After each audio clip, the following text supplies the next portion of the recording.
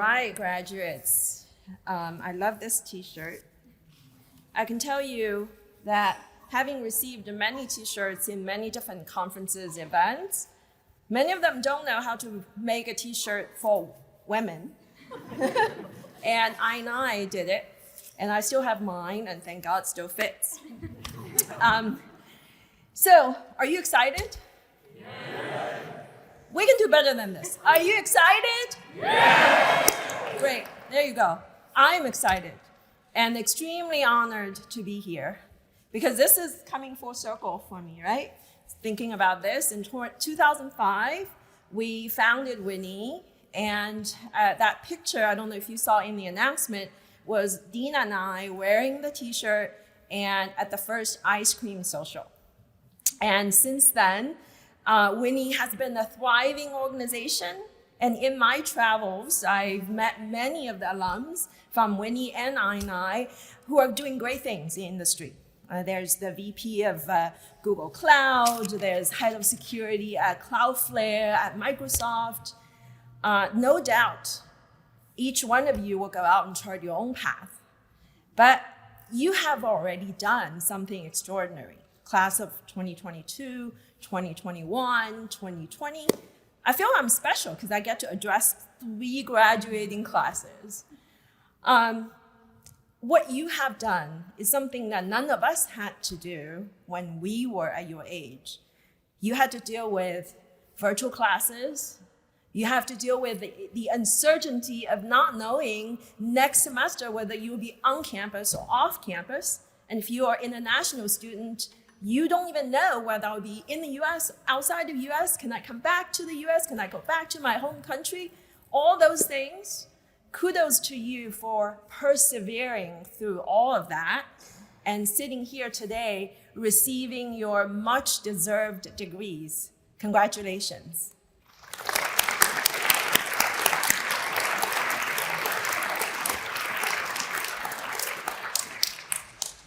And as I was thinking about what message I want to bring to you, this is actually very coherent with the experience that you just went through with COVID, which is uncertainty and doubt.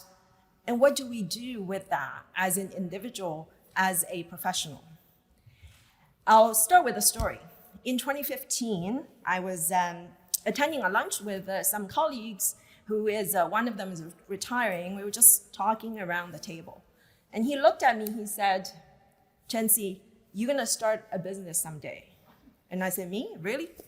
Not her, not him, but me? And he said, yes, you have it in you, you will do it. Fast forward 3 years, 2018, I started my own venture fund. And fast forward 3.5 years later, we produced 2 unicorns from the fund. We are now on to a second fund, larger and better fund with investors from 3 different continents and with companies span 5 different countries. Now, I'm also sitting on a board of Fortune 500 company, helping them navigating the issue of critical infrastructure protection, cybersecurity, and ESG, environmental societal issues.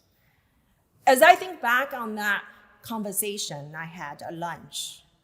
The idea of starting a business had crossed my mind many times, but I never took action before 2018, because there's always that little voice at the back of my head was asking, can you do this?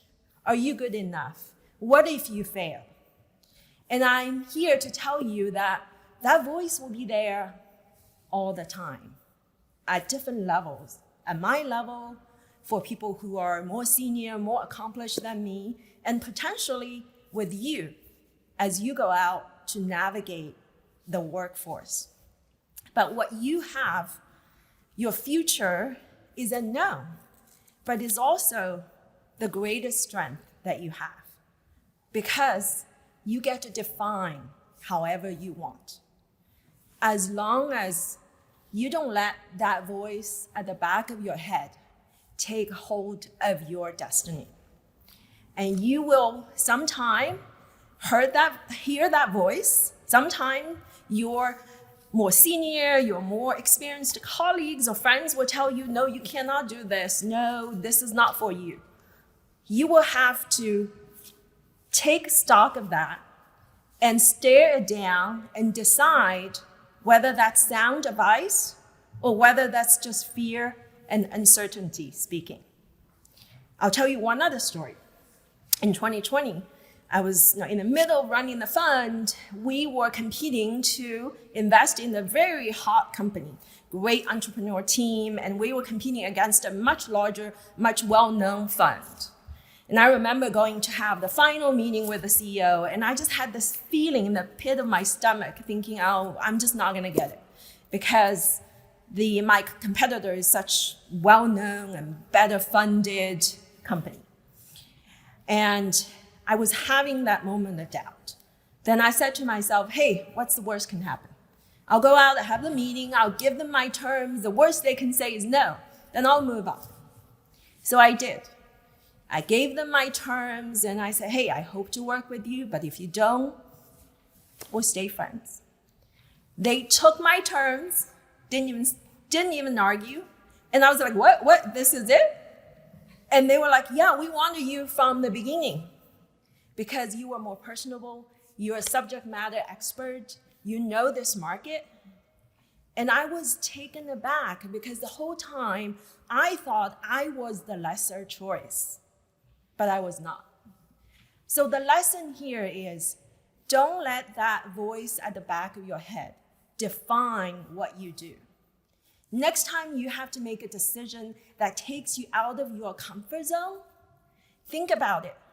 Think about how your strength will help you, and think about how you could work hard to achieve your goal, but stare down at that voice and in some cases, push it aside and charge forward.